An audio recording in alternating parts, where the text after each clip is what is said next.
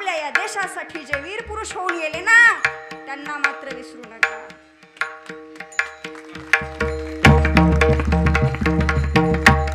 ए मेरे वतन के लोग जरा आँख में भर लो पानी जो